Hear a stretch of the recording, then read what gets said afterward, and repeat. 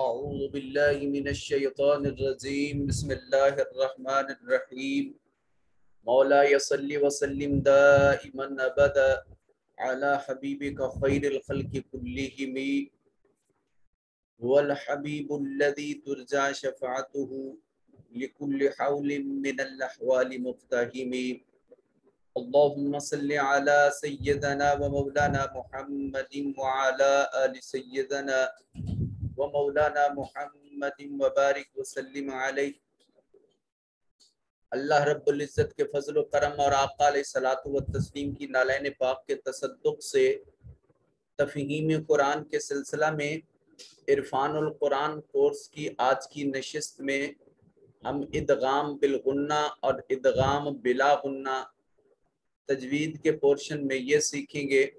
عزت القواعد میں کچھ نئے اصول اور نئے قواعد و ضوابط سیکھیں گے، اور سورہ البقرہ کا آخری پہلے پارے کا آخری رکوع انشاءاللہ آج تلاوت کیا جائے گا۔ ادغام بالغنہ، ادغام کہتے ہیں ایک حرف کو دوسرے حرف میں ملا دینا، پیوست کر دینا، شامل کر دینا۔ ادغام کن حروف پر کیا جاتا تھا؟ حروف یرملون، یا، را، میم، لام، واو اور نون، ان حروف پر یہ حروف ادغام کہلاتے تھے، اور ان پر ادغام کیا جاتا تھا۔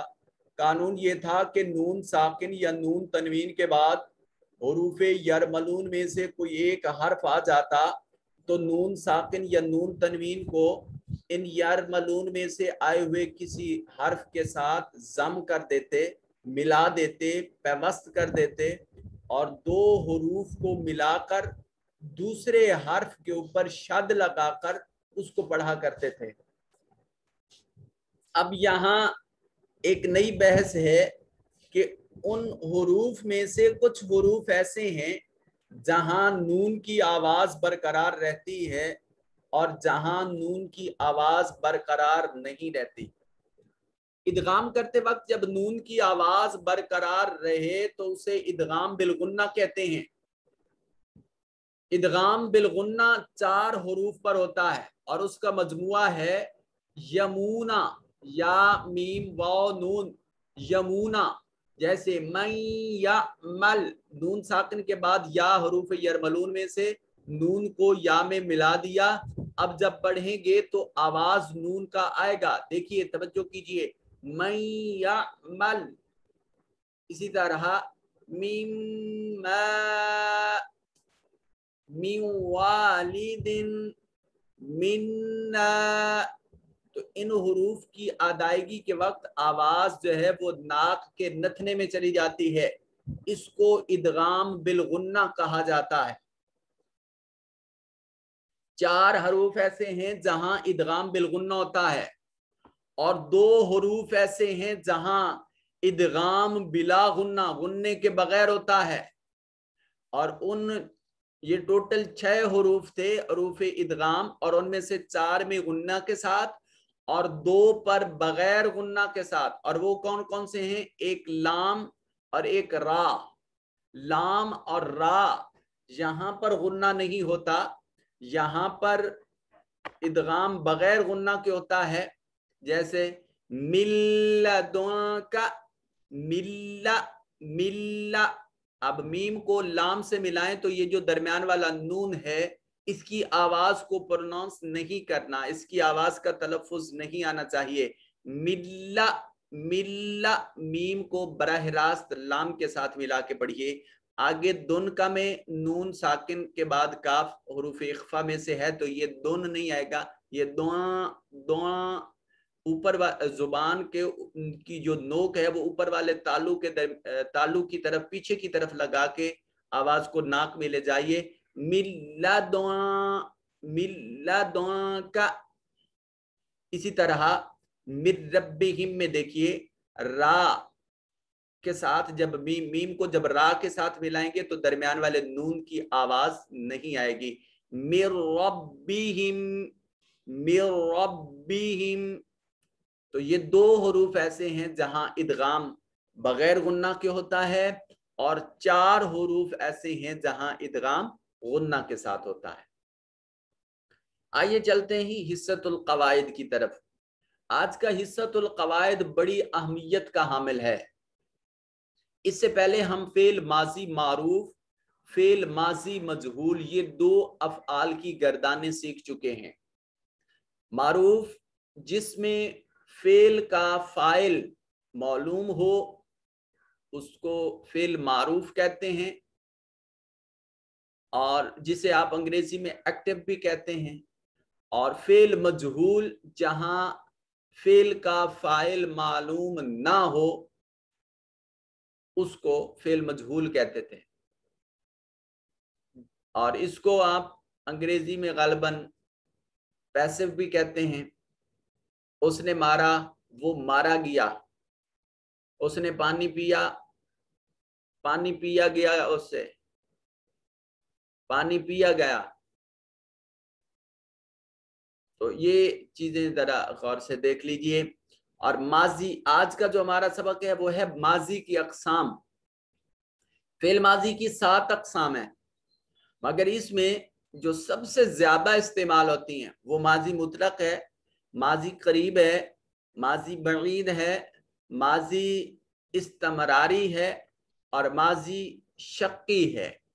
یہ جو ماضی شرطی اور ماضی تمنی ہے یہ کم استعمال ہوتے ہیں، مگر ہوتے ضرور ہیں۔ آپ نے جو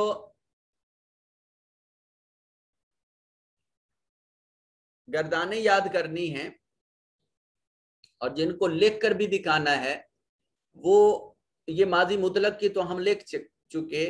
ماضی قریب قد داربا، اب قد، یہ داربا کی گردان اسی طرح لکھنی ہے اور اس کے ساتھ قد کا اضافہ کرتے جانا ہے۔ قد داربا، قد داربا، قد داربو، قد داربت، قد داربتا، قد دربنا، قد دربتا، قد دربتما، قد دربتم، قد دربتی، قد دربتما، قد دربتنا، قد دربتو، قد دربنا۔ اب یہاں تھوڑا سا آپ کو پرابلم ہوگا۔ ماضی بعید، یہاں کانا کی علیحدہ گردان کرنی ہے، داربا کی علیحدہ گردان کرنی ہے۔ کانا کی پہلے سن لیں کیونکہ یہ آپ نے ابھی تک کری نہیں ہے، اور یہ تحلیل والا باب ہے، اس لیے یہ آپ کو بڑے غور سے سننا ہے، اور ریکارڈنگ لیکچر لازماً دیکھیے تاکہ آپ کانا کی گردان یاد کر سکیں۔ کانا کی گردان یاد کریں گے تو آپ کو فعل ماضی کا تصور بھی پورا ہوگا اور فعل مضارع میں بھی اس نے استعمال ہونا ہے۔ کانا، کانا، کانا، کانو۔ اب یہ پہلی انگلی کمپلیٹ ہوگی، دوسری انگلی پہ دیکھیے، کانت، کانتا، کننا۔ اب لفظ کیا آئے گا؟ کننا۔ اصل میں تھا کننا، جیسے دربنا ہے، کننا، یہ آنا چاہیے تھا دوسری انگلی کے آخری پورے پر۔ تو کننا میں پہلا نون ساکن ہے، دوسرا نون متحرک ہے، دو حروف ایک جیسے اکٹھے ہوئے، پہلا ساکن دوسرا متحرک، پہلے کو دوسرے میں شامل کر دیا۔ یہ ابھی قانون آپ نے تجوید میں پڑھا نہیں، وہ کننا ہو گیا۔ بہرحال آپ اس لفظ کو کننا یہ یاد رکھیے، کانت، کانتا، کننا۔ اب آگے فعل مذکر حاضر کی انگلی دیکھیے، کنتا، کنتما، کنتم۔ اب مؤنث حاضر دیکھیے، کنتی، کنتما، کنتنا۔ اب متکلم کی انگلی دیکھیے، کنتو، کننا، کنتو، کننا۔ یہ آپ نے پہلے کانا کی گردان لکھ لینی ہے، اب اس کے ساتھ داربا جو آپ کو پہلے سے آتی ہے وہ اسی طرح لکھ دینی ہے۔ داربا، داربا، داربو، داربت، داربتا، دربنا، یہ آخر تک آپ ایسے لکھ دیں گے۔ ماضی استمراری، ابھی چونکہ فعل مضارع ہم نے پڑھا نہیں ہے اس وجہ سے اس کی سمجھ نہیں آئے گی، سو اس کو ہم یہیں پہ لیو کر رہے ہیں، آگے فعل مضارع کے بعد ہم اس کو ڈسکس کریں گے۔ ماضی شقی، جیسے لعلہ داربا۔ اچھا، اس میں لعلہ میں دیکھیے یہ جو ہو ضمیر متصل ہے، ہم نے ضمائر متصلہ اور ضمائر منفصلہ پڑھ لی ہیں۔ وہ جو ضمائر متصلہ والی گردان ہے، ہو، ہما، ہم، ہا، ہما، ہننا، کا، کما، کم، کی، کما، کننا، یا نا، وہ اس لعلہ کے ساتھ ملاتے جانا ہے. لعلہ، لعلہما، لعلہم، لعلہا، لعلہما، لعلہن، لعلہ کا، لعلکما، لعلکم، لعلہ کی، لعلکما، لعلکن، لعلہ، لعلی اور لعلنا.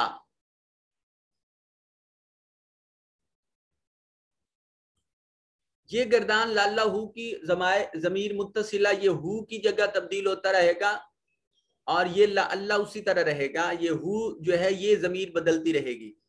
اور دارب کی گردان جو آپ یہاں پہلے لکھ چکے تھے وہی ایز اٹ ہی لکھتے چلے جانا ہے اس کے ساتھ. یہ ماضی شرط کی آپ کی پوری ہو جائے گی.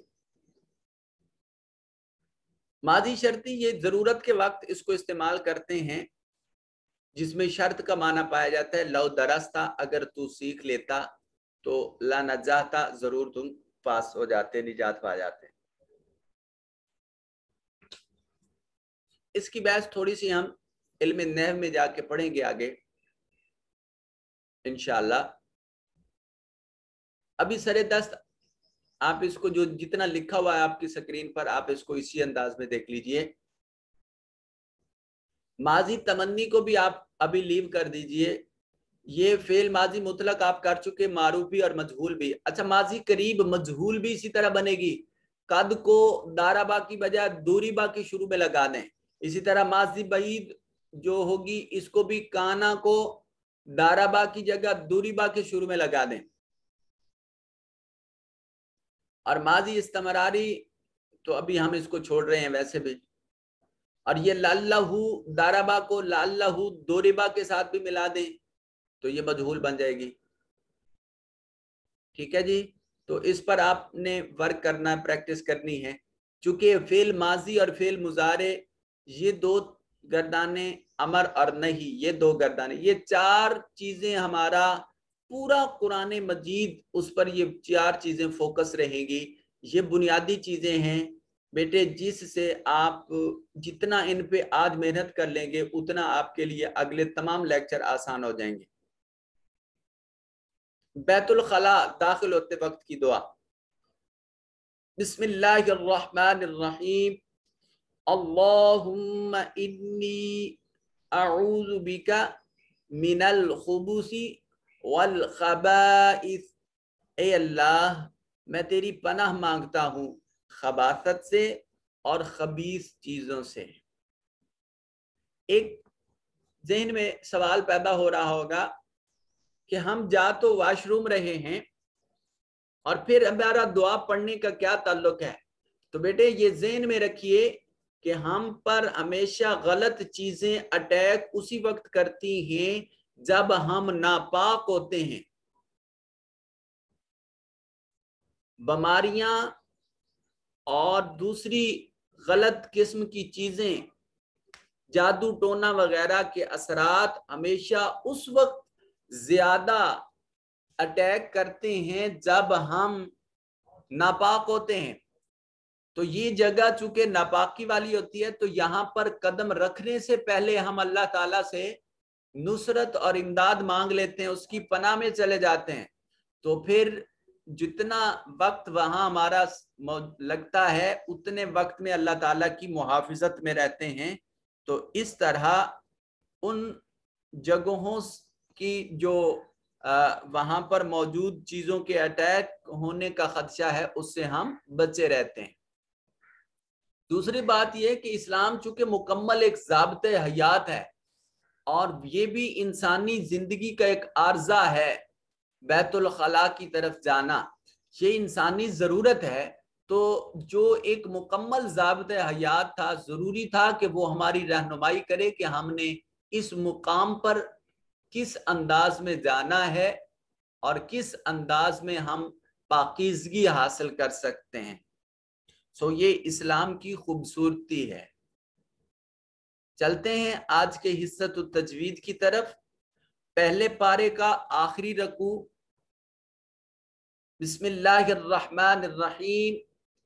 وَمَن يَرْغَبُ عَن مِّلَّةِ إِبْرَاهِيمَ إِلَّا مَن سَفِهَ نَفْسَهُ وَلَقَدِ اسْتَفَيْنَاهُ فِي الدُّنْيَا وَإِنَّهُ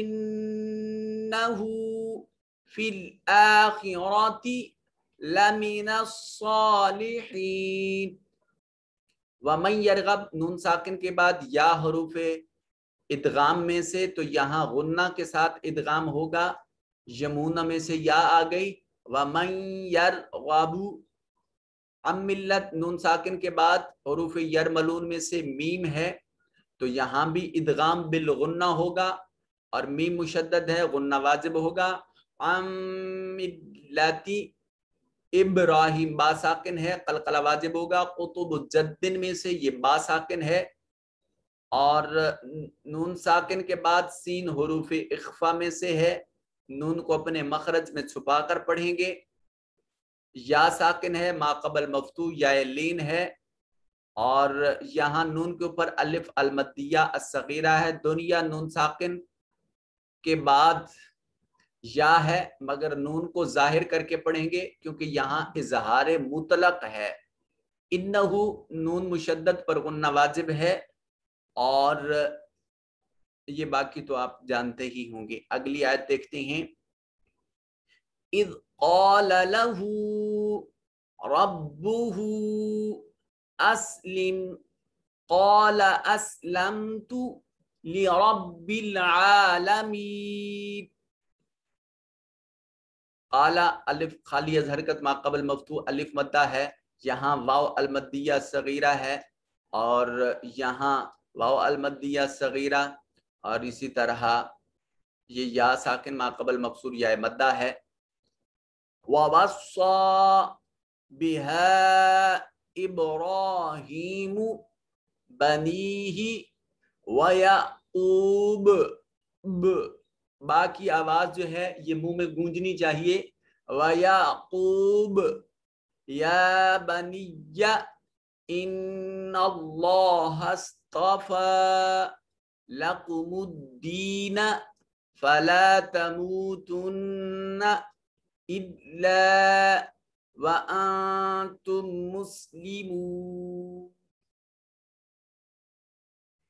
ووصا میں یہ الف المقصورہ کی مثال ہے، ایک الف کے برابر لمبا کریں گے. یا لکھنے میں آئی لیکن پڑھنے میں نہیں آئی، اور اس سے پہلے والے حرف کے اوپر کھڑے زبر ہے. ابراہیم میں با کے اوپر قلقلہ ہوگا، با ساکن ہے قطب الجدن میں سے، اور یعقوب باب کے اوپر قلقلہ ہوگا کیونکہ یہ بھی قطب الجدن میں سے با وقف کی حالت میں ساکن ہو رہی ہے. نون مشدد ہے، غنہ واجب ہوگا، یہاں بھی نون مشدد ہے. نون ساکن کے بعد تا حروف اخفا میں سے ہے، نون کو اپنے مخرج میں چھپا کر پڑھیں گے. اور یہاں میم مشدد ہے، غنہ واجب ہوگا، یہاں واو مدہ ہے. تو یہ 2-3 آیات ہم نے تلاوت کر لی. چلتے ہیں ان کے ترجمہ کی طرف.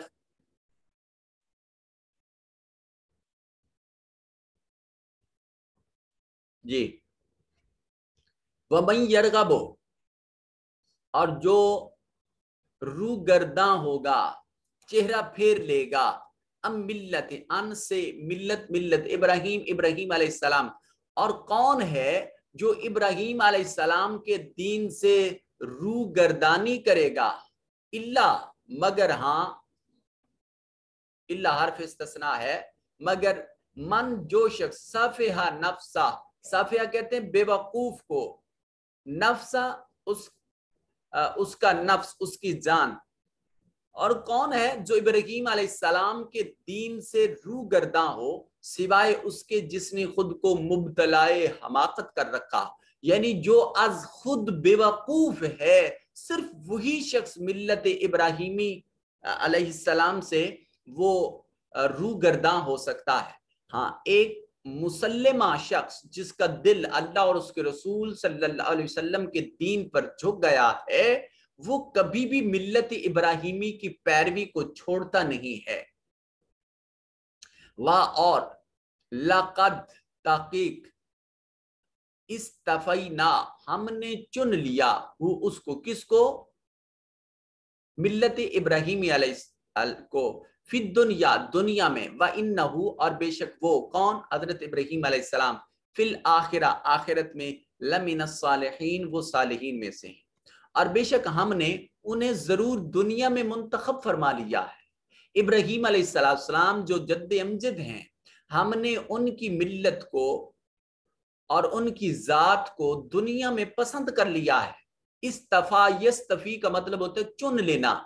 جب آپ کے پاس مختلف ورائٹیز موجود ہوں اور آپ اپنی مرضی سے کسی ایک ورائٹی کا انتخاب کر لیتے ہیں، ایک کلر کا انتخاب کر لیتے ہیں، تو وہ آپ کا پسندیدہ کلر یا پسندیدہ ورائٹی کہلاتی جاتی ہے۔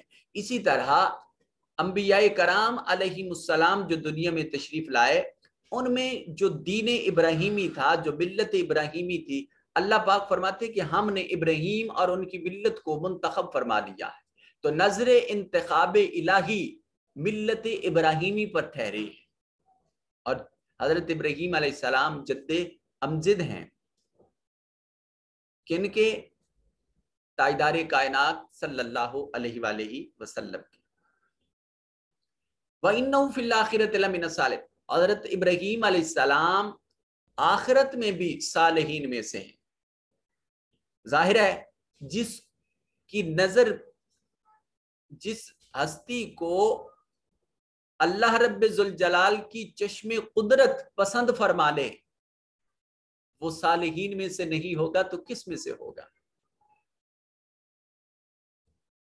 وَإِذْ قَالَ، اذ یاد کرو اس وقت کو جب قالا کہا، لہو ان کو، ربہو ان کے رب نے، اسلم جھکا دیں، قالا تو عرض کیا، اسلم تو میں نے جھکا دیا خود کو، لرب العالمین سب جہانوں کے رب کے لیے۔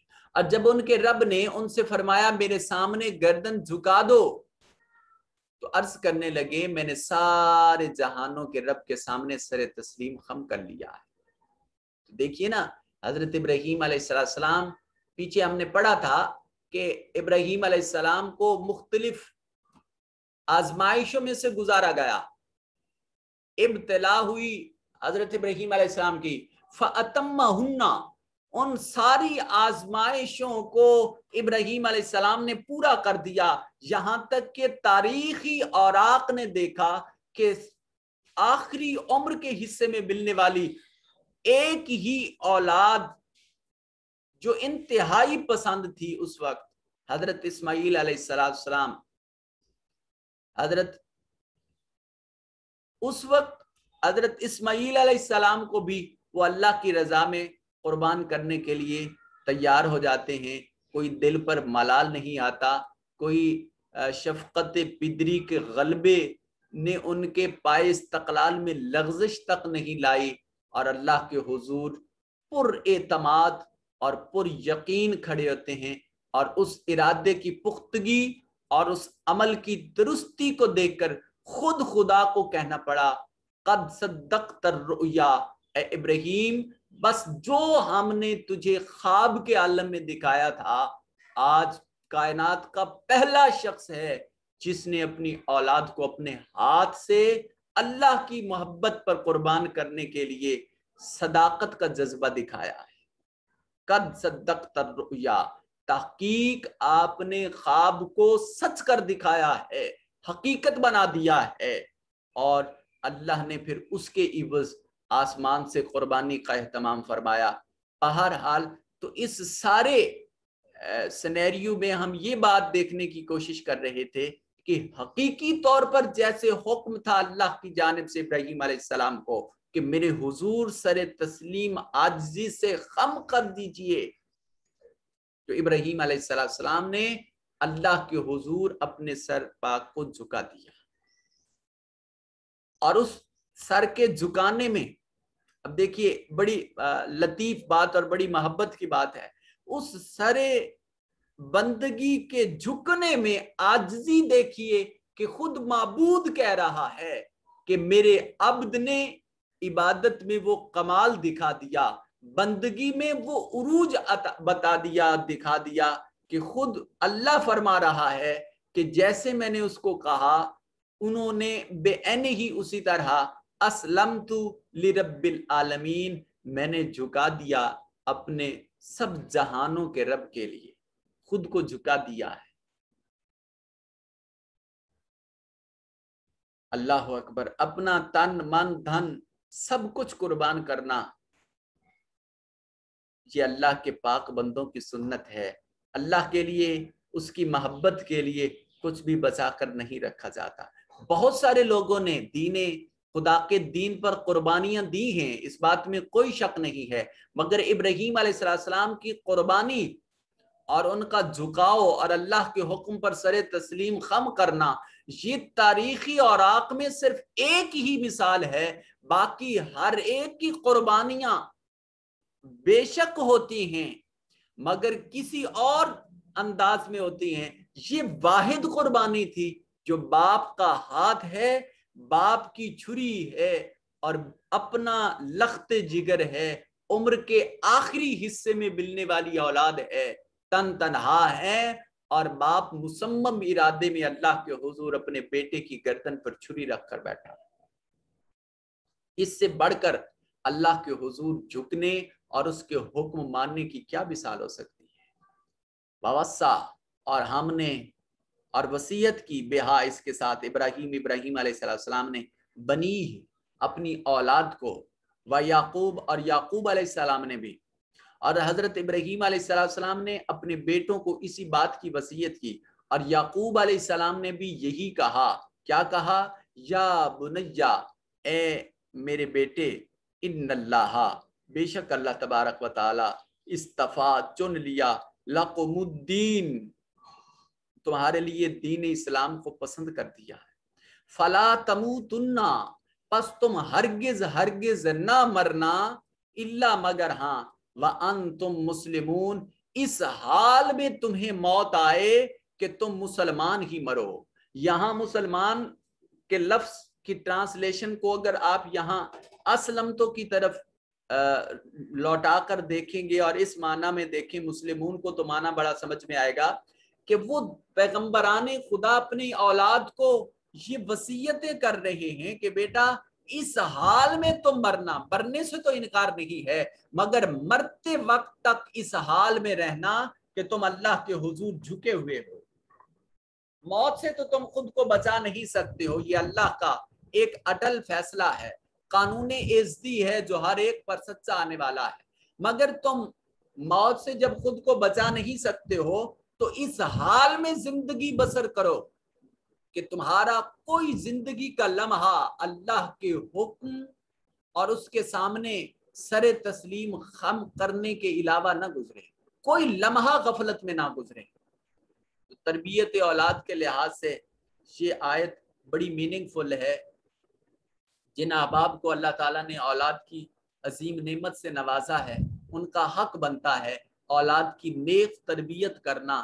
یہ انبیاء کرام علیہم السلام کی سنت بھی ہے اور ان کا طریق بھی ہے، اور سنت و طریق سے الگ اس شریعت کی روح سے دیکھیں تو تاجدار کائنات صلی اللہ علیہ وسلم نے ارشاد فرمایا، کلکم رائن، تم میں سے ہر ایک شخص بڑا ہے، دوسرے پر نگہبان ہے، اور ہر ایک نگہبان سے اس کی نگہداشت میں آنے والے اس کے ماتحتوں کے بارے میں اس سے سوال ہوگا۔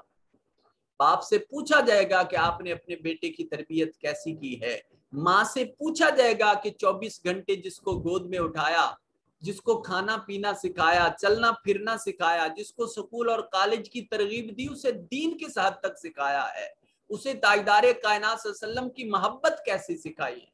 تو تربیت اولاد کے لیے دین اسلام میں بہت سارے ایسے امور موجود ہیں جس کی اہمیت سے انکار ممکن نہیں۔ حضور نے ارشاد فرمایا کہ اپنی اولاد کو 3 چیزوں کی محبت لازمی سکھائیے، اپنے نبی پاک صاحب لولاق صلی اللہ علیہ وسلم کی محبت، حضور کی آل اطہار کی محبت، اور قرآن مجید کی محبت۔ یہ 3 محبتیں اس طرح رچا بسا دی جائیں کہ جس طرح اولاد کے دل میں والدین اپنی محبت کو رچاتے بساتے ہیں، جس طرح اپنی ذات کے ساتھ اٹیچ کرتے ہیں مختلف انداز اور مختلف طرق سے، اسی طرح وہ اپنی اولاد میں یہ لازم ہے، حضور کا حکم ہے کہ اپنی اولاد کو یہ 3 امور لازمی سکھائیے اللہ کے محبوب کی محبت، اللہ کے محبوب کی آل پاک کی محبت اور قرآن مجید کی محبت۔ جس شخص نے یہ تین محبتیں اپنی اولاد میں رچا بسا دی، اولاد کو ان تین محبتوں کی طرف راغب کر دیا، تو یقین کیجئے تاجدار کائنات صلی اللہ علیہ وآلہ وسلم کے اس فرمان کے مطابق وہ اولاد کبھی ماں باپ کی نافرمان نہیں بنے گی۔ ہم ان اولاد کو کھانا پینا تو سکھاتے ہیں، رہن سہن تو سکھاتے ہیں، چلنا پھرنا تو سکھاتے ہیں، مگر صرف دین کا معاملہ ہو تو ہم ان کو پیچھے رکھتے ہیں۔ اللہ تعالی ہمیں اس معاملے میں یہ حقیقت سمجھنے کی توفیق نصیب فرمائے اور اولاد کی تربیت کے لحاظ سے اپنا فعال کردار ادا کرنے کی توفیق نصیب فرمائے۔